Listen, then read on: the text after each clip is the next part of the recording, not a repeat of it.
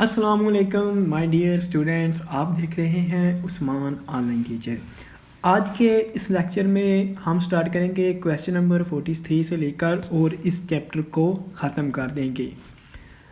The question number 43 is that the equation of two regression line of y on x and y respectively are given from paired observation of two variable x and y, where 8x is equal to minus 10y plus 66 is equal to 0 and 40x minus 18y minus 214 is equal to 0. There are two equations. One is y on x and other one is x and y. Respectively, it means that the first one is y on x and second one is for x and y. So we have to compute interpret the coefficient of correlation and compute the value of x bar and y bar. So there are two targets to achieve in this question. First one is to compute the interpret and the coefficient of correlation, and second one is to compute the values of x bar and y bar. So first of all, we have to know that what is the equation of y on x. So first one is the equation of y on x. So we just write here the equations of regression lines can be written as we know that this is the equation line. So as we can convert it into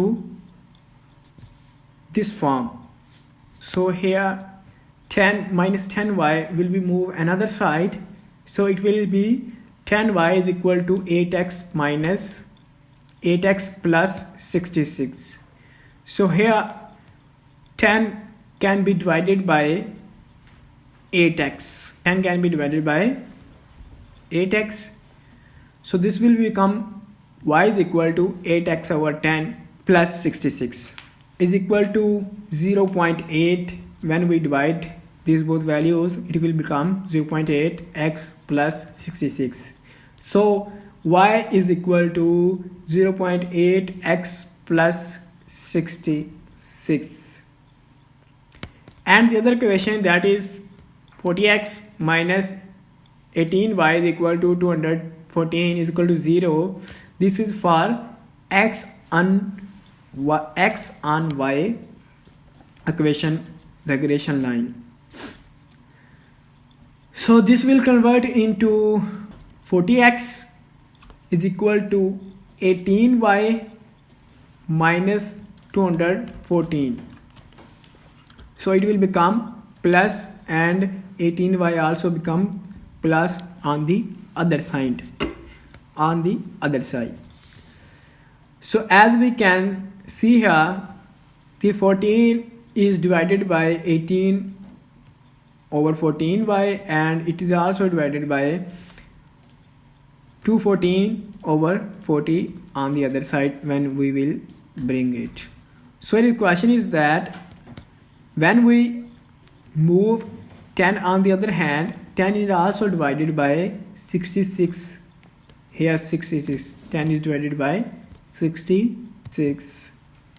66 divided by 10, sorry. So it will become 6.6. 6.6. It is 6.6. Here when we divide it, it will become 0.45y plus these will become 5.35. So here coefficient of regression b y on x is equal to 0.8 and coefficient b x and y is equal to 0.45. How we will know it? We will know how we get it. We know that this is the regression line y on x. So with x there is an b, coefficient of y on x. So it is b. So we can write it here.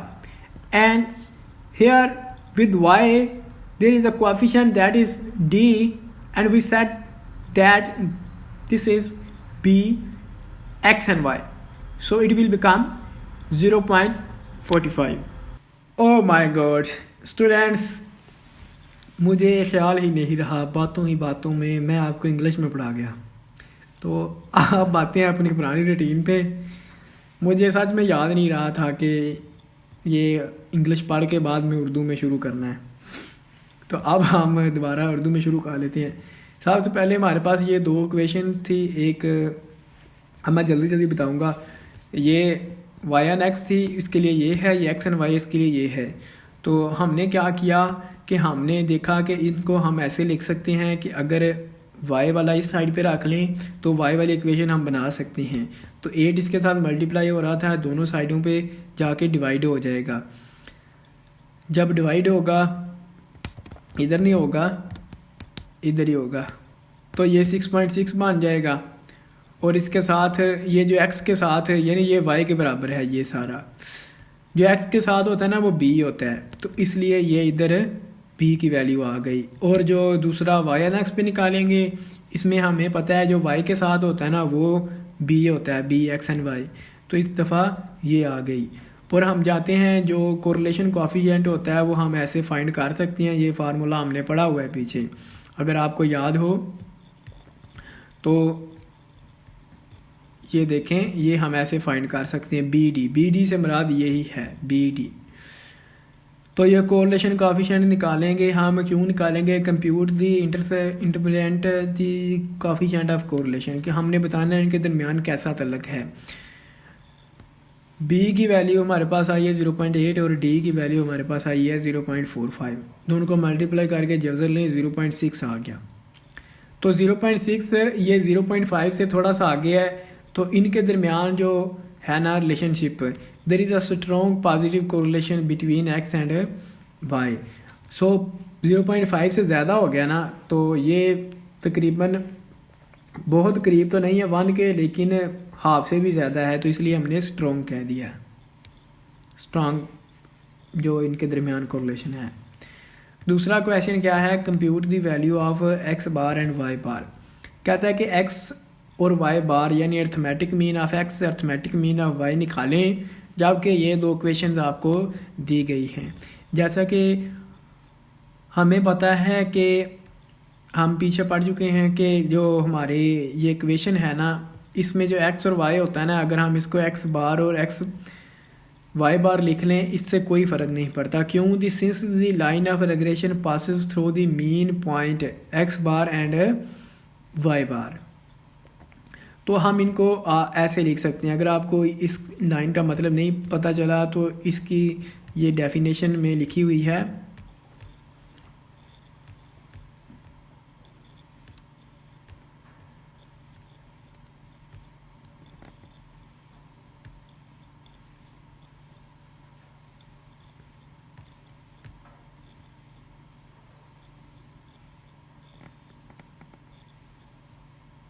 ये इधर कहीं लिखी हुई है। बहरहाल आपको नहीं अगर समझ आ रही इसकी इस लाइन की, तो आप ये सिर्फ इतना सिंपल याद रख लें कि ये जो इक्वेशन होती है ना जिसमें एक्स वाई लिखा हो, उसको हम एक्स बार और वाई बार लिख सकते हैं। अब सिर्फ हमने एक्स बार और वाई बार की किसी तरीके वैल्यू निकालनी है। ये दो इक्वेशन है, इस पहली को हमने 1 का नाम दे दिया, दूसरी को हमने 2 का नाम दे दिया। ठीक है, ये पहली थी ना, ये दूसरी थी। ये 66 से इस साइड पे लेके आए हैं और ये इस साइड पे लेके आए हैं। तो ये दो इक्वेशन हमने बना दी, एक को 1 का नाम दे दिया, एक को 2 का नाम दे दिया। अब हमने इनको किसी तरीके कैंसिल करना है। वो लॉजिक आपने खुद जहन में सोचनी है कि किस तरीके से ये कैंसिल हो सकते हैं। मेरे जहन में जो आइडिया आ रहा है ना, ये एक तरीके से कैंसिल हो सकते हैं कि अगर ये 8 लिखा है ना 8, तो 8 को अगर 5 के साथ ज़रब करें, मल्टीप्लाई करें, तो ये 40 बनता है। तो ये देखें, ये 40 है, ये 40 है, और ये -40 हो जाए ना, -40 और +40, तो ये आपस में कैंसिल हो सकते हैं।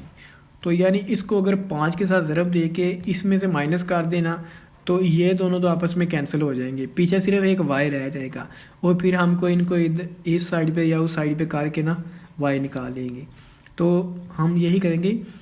सॉल्विंग इक्वेशन 1 एंड 2, 1 और 2 को हम सॉल्व करने लगे हैं। मल्टीप्लाइंग इक्वेशन 1 बाई 5, पहली को 5 के साथ ज़रब देते हैं एंड सब्ट्रैक्ट, फिर उसको माइनस कर देंगे दूसरी में से। इक्वेशन नंबर 2 वी हैव, पहली ये थी, इसको 5 के साथ हमने ज़रूर देनी है।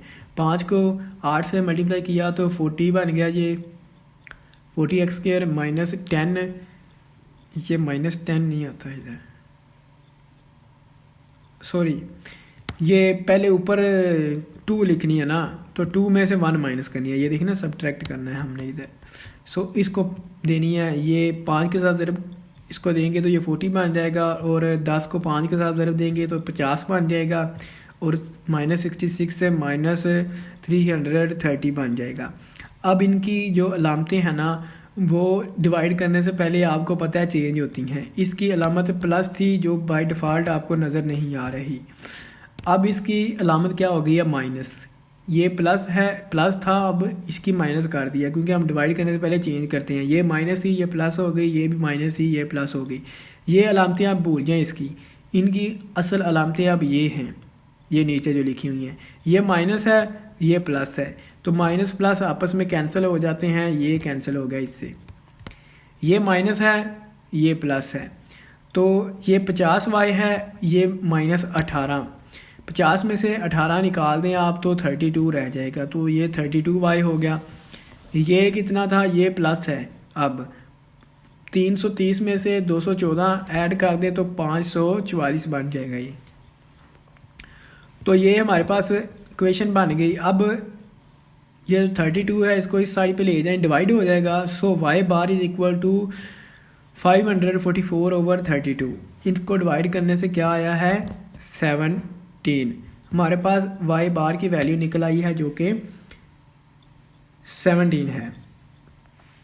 अब आपकी मर्जी है कि इस y की वैल्यू अगर आप इसमें इधर पुट कर देना इक्वेशन 1 में, या इधर पुट कर दें, आपके पास x की वैल्यू आ जाएगी। तो हम इक्वेशन 1 में पुट कर देते हैं, y बार की वैल्यू इधर पुट कर देते हैं। Substituting y bar is equal to 17 in equation 1 we get x 8x bar वैसे ही आ जाएगा, -10 वैसे ही आ जाएगा, y बार की जगह 17 लग जाएगा। तो ये जब मल्टीप्लाई होगा तो क्या बन जाएगा, हमारे पास है 170, और ये जो -66 है वो ऐसे ही रहेगा साथ। ये माइनस प्लस प्लस हो जाएंगे अब, तो ये 104 बन गया, यानी 8x bar is equal to 104। तो ये x इस साइड पे रह जाएगा, 8 इस साइड पे जाके इससे डिवाइड हो जाएगा, तो 104 के ओवर में 8 है। इसको तकसीम करके देखें, ये 13 बन जाएगा। सो हमने x बार निकाल लिया 13, y बार निकाल लिया 17। अब y की वैल्यू इक्वेशन नंबर 2 में पुट कर दें, फिर भी 13 ही आएगा, ठीक है। तो ये क्वेश्चन नंबर हमारा 43 कंप्लीट हो गया है। अब हम मूव करते हैं क्वेश्चन नंबर 44 की तरफ। क्वेश्चन नंबर 44 के भी आगे मज़ीद 3 पार्ट हैं, तो इसको डिस्कस करने से पहले इसकी स्टेटमेंट पढ़ते हैं। कोएफिशिएंट ऑफ कोरिलेशन यानी R between two variates x and y is 0.8, यानी x और y के दरमियान जो हमारा R है ना, कोरिलेशन है, वो कितना है, वो है 0.8। तो ये हमने नीचे लिख लिया कि R कितना है, R is equal to x and y के दरमियान 0.8। The variance of x is 16। x का जो वेरियंस है ना वो 16 है, 16 है। वेरियंस क्या होता है, एस एक्स को क्या कहेंगे, स्टैंडर्ड डेविएशन, और अगर एस एक्स का स्क्वायर ले लें, आप 3rd ईयर में पढ़ते रहे हैं, तो वो उसे वेरियंस कह देते हैं, ठीक है। तो ये एस एक्स का स्क्वायर वेरियंस हो गया, ये 16 है। अगर हम इसका जज़र लें ऐसे, ये जज़र ले लिया जी, ये 16 का जज़र क्या 4 होता है, ये 4 आ गया, और ये ऐसे कट जाएगा तो ये एस एक्स बन जाएगा, यानी standard deviation of x is equal to 4। ये हमने खुद बनाया, उसने क्या दिया था, वेरियंस, वेरियंस उसने दिया था, स्टैंडर्ड डेविएशन बना लिया। वेरियंस क्या होता है, स्क्वायर होता है स्टैंडर्ड डेविएशन का। और उसके बाद एस एक्स वाई उसने दिया है 20, ये हमने वैसे ही लिख लिया। हमें वो कहता है find the standard deviation of y variate, यानी y की स्टैंडर्ड डेविएशन फाइंड करें। उससे ये मुराद है कि s वाई फाइंड करें आप, एस वाई हमने फाइंड करना है। हम पढ़ चुके हैं फार्मूलाज, उसमें एक फार्मूला जो आर के बराबर है वो ये है कि आर बराबर है s y dot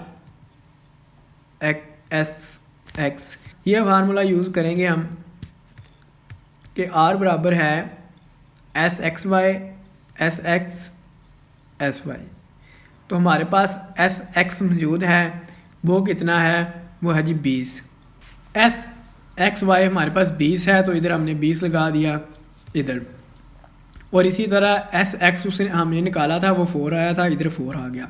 S Y हमने निकालना है, तो इसकी वैल्यू हमारे पास मौजूद नहीं है, तो हम नहीं लगाएंगे। आर हमारे पास उसने दिया था 0.8, तो आर की इसकी जगह लगा दिया। अब ये देखें ना, ये एस वाई है, इधर डिवाइड हो रहा है, तो अगर हम इसको इस साइड पे ले जाएं तो मल्टीप्लाई होगा, और ये इधर मल्टीप्लाई हो रहा होगा, तो इसको हम इधर ले आते हैं, इन दोनों की जगह चेंज कर देते हैं। तो इस तरह ये एस वाई ये बराबर हो जाएगा 20/4 मल्टीप्लाई बाई 0.8 है। इसको सॉल्व करें, ज़रब दे के तकसीम करें, तो एस वाई बराबर आ जाएगा 6.25। ये हमने स्टैंडर्ड डेविएशन ऑफ वाई निकाल दिया। हमारा पहला जो क्वेश्चन था वो कंप्लीट होगा। अब हम दूसरा क्वेश्चन करेंगे, उसके लिए मैं इधर ओपन कर लेता हूँ। ये कौन सा है, 45 का 44 का है ये क्वेश्चन नंबर 2। हाँ जी, ये अब हमने करना है। इसको भी मैं थोड़ा छोटा कर लेता हूँ। ये क्वेश्चन है जी, इसका सलूशन अब हमने निकालना है। बहुत इजी है अगर आप ध्यान से समझेंगे। क्वेश्चन है जी, if coefficient of correlation between X and Y is -0.76। Coefficient of correlation से मुराद होता है आर। कहता है कि आर कितना है, पार्ट 2 में -0.7, ये पार्ट 2 है, और इसमें आर कितना है ये हमने लिख दिया कि आर हमारे पास कितना है, -2.7 नहीं -0.75। असल में ना अब रात के 4 बज चुके हैं और मुझे नींद आ रही है, और मेरे मुंह से उल्टे सीधे अल्फाज निकल रहे हैं, तो आपने इन्हें इग्नोर करना है, ठीक है। आर हमारे पास क्या है, -0.75, और उसके बाद है the standard deviation of y series is 5। जो वाई का स्टैंडर्ड डेविएशन है वो 5 है, the standard deviation of y series. तो एस वाई कितना हो गया, 5। इसके बाद क्या है, ये उसने ऐसे ही दिया है, ये हम ऐसे ही लिख देंगे उठा के summation x minus x bar y minus Y bar is equal to -15n, साथ n भी लगाना है, ये दिया हुआ है। What will be the standard deviation of x series. तो हमने फाइंड क्या करना है, हमने एस एक्स फाइंड करना है, एक्स सीरीज की स्टैंडर्ड डेविएशन फाइंड करनी है।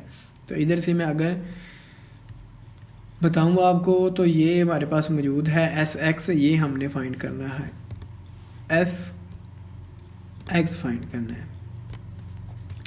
कैसे करेंगे, बहुत ही सिंपल है जी। हम जानते हैं कि हमारे पास एक फार्मूला होता है, अगर आपको याद हो तो ये फार्मूला हमने ऊपर यूज़ किया था क्वेश्चन नंबर शायद 38 में, या इसके अराउंड ही हमने ये फार्मूला पहले भी यूज़ किया है। ये फार्मूला कौन सा है, ये वाला फार्मूला है। सिंस एस एक्स वाई इसके बराबर होता है ना, ये ओवर में n है, तो इसलिए इसके साथ n लग गया, ये दोनों मिक्स करके ये बनता है। तो ये वाला फार्मूला यूज़ करेंगे। आर हमारे पास दिया हुआ है उसने, तो इस फार्मूले में हम क्या आर पुट कर देंगे -0.75। उसके बाद ये चीज़ भी दी थी उसने, ये 15n के बराबर है तो इधर -15n ऊपर लिख दिया। और नीचे हमारे पास जो SY था वो कितना था 5, तो ये 5SY लिख दिया। ये मैं आपको बताऊं ज़रब में आगे पीछे लिख दें कोई फ़र्क नहीं पड़ता। और उसके बाद हमारे पास n है वो हमने नीचे n वैसे ही लिख दिया। उसके बाद एक है SX वैसे ही लिख दिया। अब हमने फाइंड क्या करना है, हमने फाइंड करना है SX, तो इसको एक साइड पे करना होगा। जो फाइंड करना हो ना हमने एक साइड पे कर लेते हैं, तो ये इधर से इधर चला जाएगा और ये 75 इसकी जगह आ जाएगा। तो उससे पहले अगर हम देखें तो ये n से कट गया और ये 5 1 और 3 टाइम 15, तो इधर 3 आ गया -3 ओवर SX। तो इधर अब एक्सचेंज हो जाएंगे, तो ये SX बन गया कि -3 ओवर -0.75, ये इधर चला गया और ये इधर इसकी जगह आ गया। तो इनको डिवाइड माइनस माइनस है और इनको डिवाइड करेंगे तो आपके पास 4 आ जाएगा। तो हमने ये फाइंड कर लिया कि SX बराबर है 4 standard deviation of X series की। अब ये भी क्वेश्चन काफ़ी इंटरेस्टिंग है, उसी तरीके से करना है। क्वेश्चन नंबर है जी 3, from the following information calculate the number of items for which R is equal to 0.5। R कितना है 0.5, उसने बता दिया है हमें पहले ही। और summation x minus x bar y minus Y bar is equal to 120, ये किसके बराबर है 120 के। Standard deviation of y series यानी SY किसके बराबर है 8 के। And summation x minus x bar का स्क्वायर ये बराबर है 90 के। अब अगर आप गौर करें तो ये जो लिखा हुआ है ये वही है, लेकिन इसके ओवर में n है। और ये 64 कैसे बन गया, ये सब चीज़ें मैं एक्सप्लेन करता हूँ अभी। 64n बन गया। और ये standard deviation of y series 8 के बराबर थी, तो ये क्या लिख दिया उसने, ये मैं आपको बताता हूँ। ये देखें स्टैंडर्ड डेविएशन ऑफ y उसने कहा था कि 8 है, तो इसको हम SY कहते हैं। तो SY का जो फार्मूला है वो ये है। अगर हम फार्मूला इसमें देखें ना तो SY का formula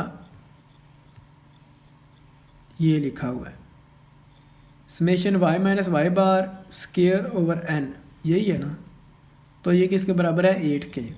squaring on both side we get, अगर दोनों तरफ स्क्वायर लें तो इसका स्क्वायर कैंसिल हो जाएगा दोनों तरफ लेने से, और 8 का क्या बन जाएगा 64, और n जो है इधर डिवाइड हो रहा है, इस साइड पे जाके मल्टीप्लाई हो जाएगा 64 के साथ। तो y minus Y bar is equal इसका स्क्वायर बन गया ये बन गया 64n।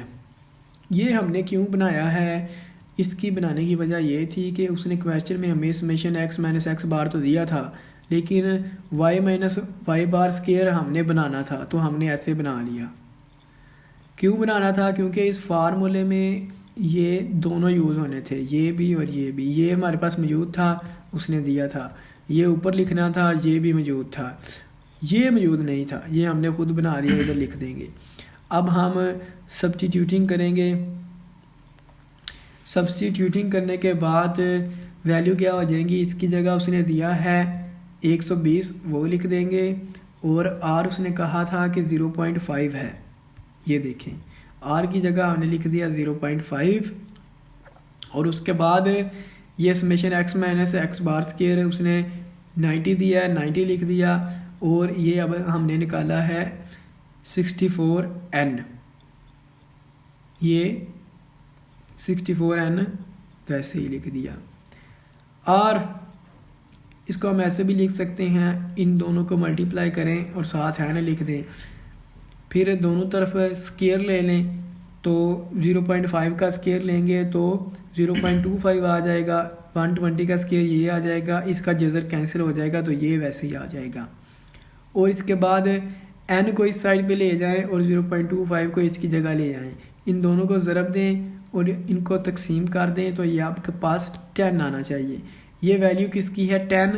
ये एन की वैल्यू है। हमने क्या फाइंड किया है? From the following information calculate the number of items. Number of items मतलब एन, इसमें हमने एन फाइंड करना था, वो हमने कर लिया है। मेथड आपको यकीनन समझ आ गया होगा। अब देखें जी question number 45। If the lines of regression of y on x is 4x minus 50y plus 33। कहता है कि जो regulation line y on x है ना, अगर वो ये वाली है 4x minus 5y plus 33 equal to 0 and जो x on y है वो ये है, तो आप फाइंड करें x बार और y बार। वही क्वेश्चन है जो पीछे किया है। दूसरा पार्ट है इसका, if the line of regression of y and x is ये दी है और x एंड y ये दी है, फाइंड x y। सेम है दोनों, दो इक्वेशनें दी हैं, हमने x बार और y बार निकालना है। सोल्यूशन 1 का देखते हैं।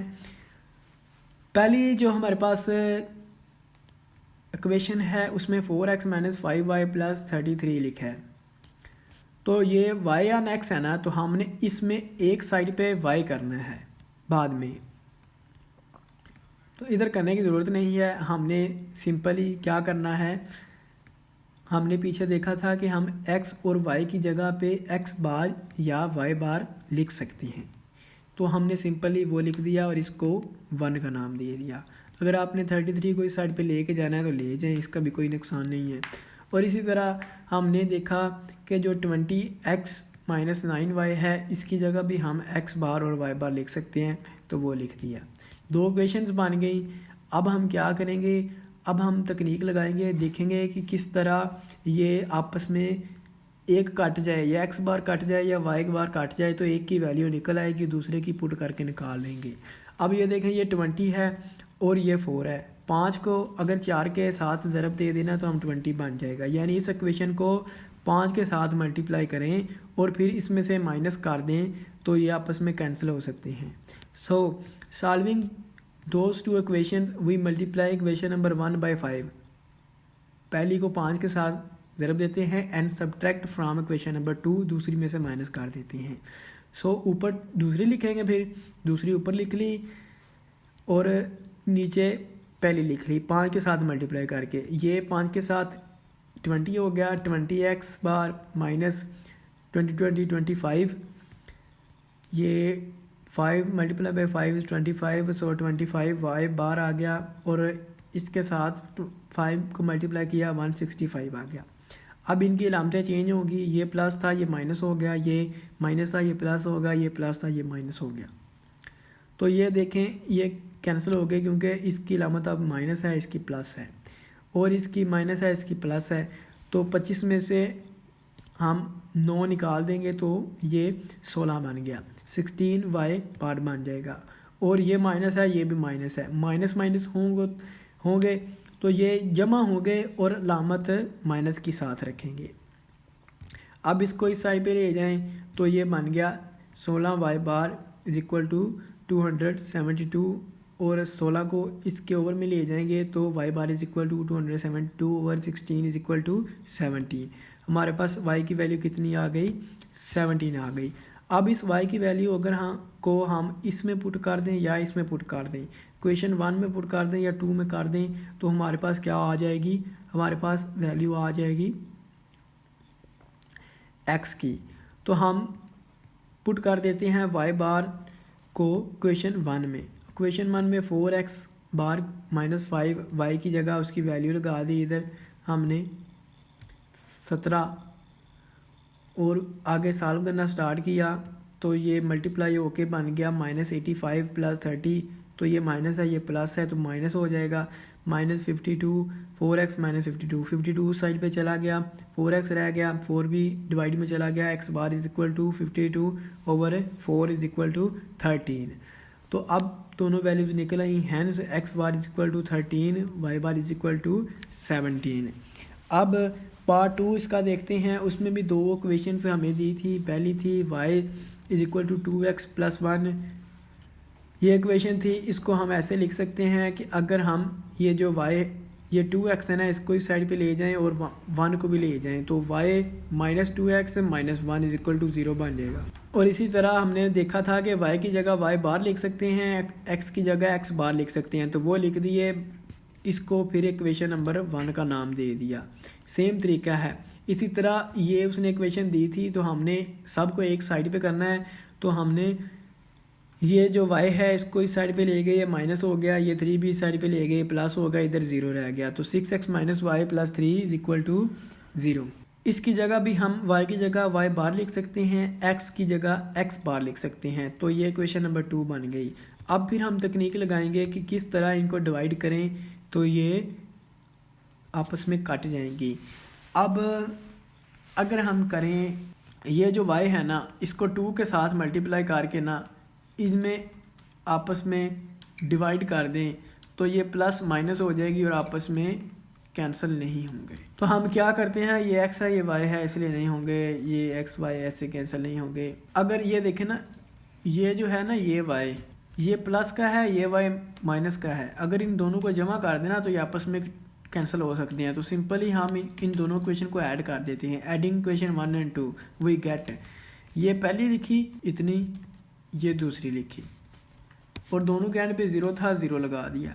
अब देखें, ये दूसरी में जो y था वो माइनस का था और पहली में जो y था वो प्लस का था, तो ये दोनों कैंसिल हो गए और हमारे पास बाकी क्या रह गया, माइनस 2x, ये 6x था, 6 में से 2 निकाल दे तो 4 रह गया, 4x बार, ये प्लस 3 था, 3 में से 1 निकाल दें तो ये हमारे पास 2 रह गया, 4x बार प्लस 2 रह गया। और ये 2 इस साइड पे चला जाएगा, माइनस का हो जाएगा, 4 उसके ओवर में चला जाएगा, तो माइनस 2/4 माइनस 0.5 होता है। तो x बार क्या आ गया, x बार बराबर है माइनस 0.5 के। तो x बार की वैल्यू क्वेश्चन नंबर 1 में पुट करने से या 2 में पुट करने से हमारे पास आंसर आ जाएगा। तो उसने 1 में पुट कर दी है, तो हम भी 1 में पुट कर देते हैं। 1 में पुट करने के x की जगह हमने माइनस 0.5 लिख दिया, y बार माइनस 2, x की जगह माइनस 0.5, ये माइनस है ये भी माइनस है, माइनस माइनस प्लस हो जाते हैं ज़रब में, तो ये y बार प्लस 1 बन जाएगा और माइनस 1 ये साथ वैसे ही लिखा था, तो ये माइनस 1 और प्लस 1 आपस में कैंसिल हो जाएंगे, तो ये y बार रह गया। इस साइड पे वैसे ही 0 था, तो y bar is equal to 0 हो गया। Hence x bar is equal to minus 0.5 and y bar is equal to 0। ये था जी क्वेश्चन नंबर हमारा 45। अब इस चैप्टर का लास्ट क्वेश्चन है 46। ये क्वेश्चन हम सॉल्व करते हैं और इसके साथ साथ ये चैप्टर हमारा ख़त्म हो जाएगा। फिर आपको इंशाल्लाह कोई और चैप्टर स्टार्ट करवाएंगे, वो आप बता सकते हैं कमेंट्स में कि इसके बाद कौन सा चैप्टर शुरू करवाएं, कौन सा चैप्टर आप समझते हैं ज़्यादा इम्पॉर्टेंट है और किस तरीके से चैप्टर करवाना चाहिए, किस तरह आपको अच्छी समझ आती है। बेसिक मकसद तो ये है ना कि आपको समझ आनी चाहिए, फिर ही आप तवज्जो से देखेंगे वीडियो को, समझेंगे। अगर आपको समझ ही नहीं आती तो मैं ऐसे ही बना के यूट्यूब पे अपलोड करता रहूं, उसका कोई फ़ायदा नहीं है। तो क्वेश्चन नंबर 46 स्टार्ट करते हैं। गिवन द फॉलोइंग इन्फॉर्मेशन, हमारे पास x और y दिया गया है। कंप्यूट द रेग्रेशन कोएफिशिएंट, यानी हमने r फाइंड करना है, एंड रेग्रेशन कोएफिशिएंट मतलब b फाइंड करना है, एंड कोरिलेशन कोएफिशिएंट मतलब r फाइंड करना है। इसका मतलब क्या है, b और d कोएफिशिएंट्स है ना, b x and y and y and x, और कोरिलेशन कोएफिशिएंट का मतलब है r, और इंटरपेरेंट भी बताना है, यानी इनके दरमियान जो रिज़ल्ट है वो क्या है, स्ट्रॉन्ग है वीक है। एक्स वाई हमें दिया गया था, तो हमको पता है कि हमने जो निकालना होता है ना आर, वो फार्मूले से निकालना होता है और बी भी फार्मूले से। उसने ये वाला फार्मूला यूज़ किया है बी के लिए जो आप पहले करते रहे हैं, और एक्स के लिए, आर के लिए वो ये वाला फार्मूला यूज़ कर रहा है, जो कि आपको मैं दिखा देता हूँ।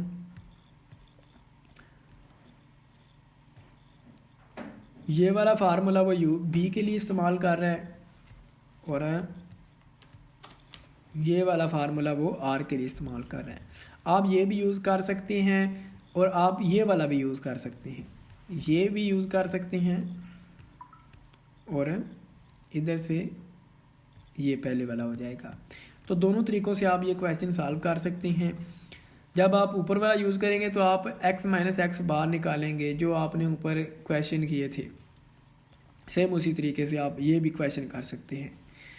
तो इस तरीके से हम देख लेते हैं कि हमें x चाहिए होता है और उसके साथ साथ फार्मूले में अगर गौर करें x चाहिए, x y चाहिए, तो x y को मल्टीप्लाई कर दिया, ये 25 है, ये -5 है तो माइनस हो जाएगा। इनको आपस में मल्टीप्लाई करके इधर लिखते जाना है। तो ये समेशन इनको करेंगे, समेशन x 0 हो गया और y क्या आया, समेशन y 70 आ गया। समेशन एक्स वाई कितना है 0 और x बार यानी इसका स्केयर लेने से तमाम नेगेटिव जो वैल्यूज़ होती हैं वो पॉजिटिव हो जाती हैं। तो ये कितना बन गया, x square is equal to 17, ये बराबर हैं y के, ये भी 17 है, ये भी 17 है और y स्केयर लिया तो वो बन गया 1414। तो रिक्वायरमेंट्स पूरी हो गई जो फार्मूले के लिए चाहिए थी। वैल्यूज़ सिंपली पुट कर देंगे इधर से देख के कि फार्मूले में हमारे पास जो n है यानी उनकी तादाद वो टोटल 7 है। ये आप इधर से गिन सकते हैं 1 2 3 4 5 6 7 और उसके साथ साथ समेशन एक्स वाई 0 है तो ये इधर 0 आ गया और समेशन एक्स भी 0 था, ये वाला समेशन एक्स 0 है तो इधर 0 आ गया और समेशन वाई 70 था तो ये 0 इसके साथ मल्टीप्लाई हो गया जो कि समेशन एक्स था। तो ऊपर ये देखें ना, ये भी 0 हो गया, ये भी 0 हो गया, 0 माइनस 0 0, नीचे 0 के जो भी हो वो देखने की भी ज़रूरत नहीं है, लिखना है तो लिख लें, वैसे कह रहा हूँ। ऊपर 0 आ जाए तो वो सारी रकम 0 हो जाती है, यानी बी वाई एन एक्स 0 हो गया।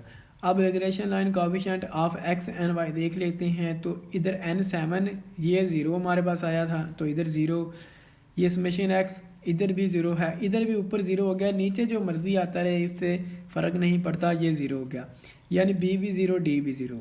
Regulation coefficient y and x and regression coefficient x and y दोनों 0 के बराबर आ गए। इसी तरह कोरिलेशन निकाल लेते हैं। कोरिलेशन आप ऐसे भी निकाल सकते हैं जैसे वो आपने लिखा था R is equal to summation b x and y और वाई एन एक्स या बी डी कह ले, ये भी तो होता है ना R के इक्वल है, बी डी पहले ही निकल आया तो ऐसे भी निकाल सकते हैं। तो इसकी 0.00 आ जाएगा तो वो फार्मूले से कर रहा है, फार्मूले से भी देख लें, इधर 7 ये 0 माइनस 0 7, ऊपर सिर्फ 0 नीचे जो मर्जी हो 0 आ जाएगा। तो आर भी 0 आ गया, तीनों 0 आ गए। तो जब तीनों 0 आ जाएं तो इसका मतलब होता है देयरफॉर बी यानी कोएफिशिएंट वाई एन एक्स ये बराबर है कोएफिशिएंट एक्स एन वाई और ये बराबर है कोरिलेशन के, तीनों आपस में बराबर हैं। In this situation y depends on x that is y is equal to x square. इसका मतलब ये है कि जो वाई है ना वो डिपेंड कर रहा है एक्स पे, एक्स वेरिएबल के। अगर एक्स चेंज होगा तो वाई भी चेंज होगा, जितना एक्स होगा उतना वाई होगा, ठीक है। Which means x and y are not independent, यानी वाई और एक्स दोनों इंडिपेंडेंट नहीं है क्योंकि एक्स वो वाई जो है वो एक्स पे डिपेंड कर रहा है। अगर एक्स चेंज हो जाए तो वाई भी चेंज हो जाता है।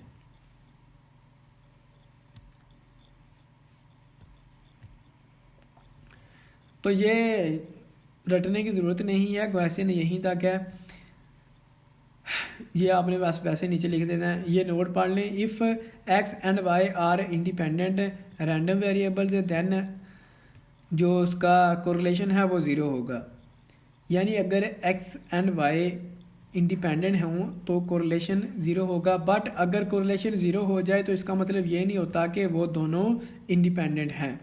If correlation is 0 it does not mean that x and y are definitely independent। so I hope ये जो चैप्टर है आपको अच्छी तरह समझ आ गया होगा। तो अब हम मिलेंगे किसी नेक्स्ट चैप्टर में, आप सजेशन दे सकते हैं कमेंट में कि इससे नेक्स्ट कौन सा चैप्टर स्टार्ट करना चाहिए जो आपके लिए ज़्यादा इम्पोर्टेंट है, हम वो स्टार्ट कर लेंगे क्योंकि मैंने तो पढ़ाना ही है कोई भी चैप्टर हो। तो आपको कौन सा जल्दी चाहिए वो आप बता सकते हैं।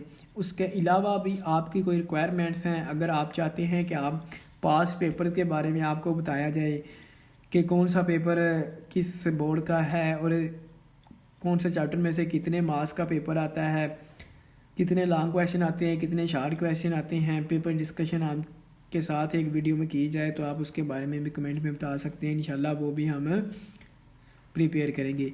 और एट द एंड स्क्रीन पे आपको प्लेलिस्ट नज़र आ जाएगी इस सारे चैप्टर की, वो आप सेव कर सकते हैं, अपने दोस्तों के साथ शेयर कर सकते हैं। और इस चैनल को जाते जाते सब्सक्राइब कर दें अगर वाकई ही ये हेल्पिंग चैनल है, और अपने दोस्तों के साथ भी शेयर करें। इससे यकीनन मुझे भी फ़ायदा होगा और इंशाल्लाह अल्लाह ताला आपको भी इसका अजर और सवाब देगा। आपने अच्छी नीयत से शेयर करना है। खुदा हाफिज़, अपना ख्याल रखिएगा, दुआओं में याद रखिएगा। मिलते हैं किसी नेक्स्ट चैप्टर में।